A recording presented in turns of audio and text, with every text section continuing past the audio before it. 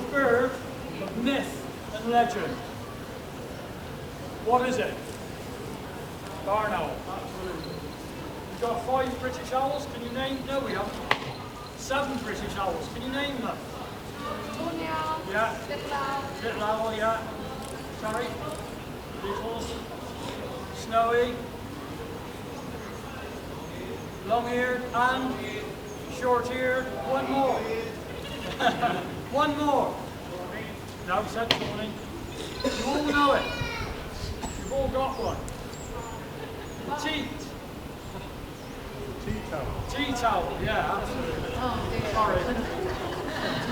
I'm not very good at jokes. Right, okay. The barn owl. Lovely. No food. That's good for you. I'll give you a piece in a minute. Barn owl, like the kestrel, feeds on field owls and mice. So what good is a barn owl in falconry?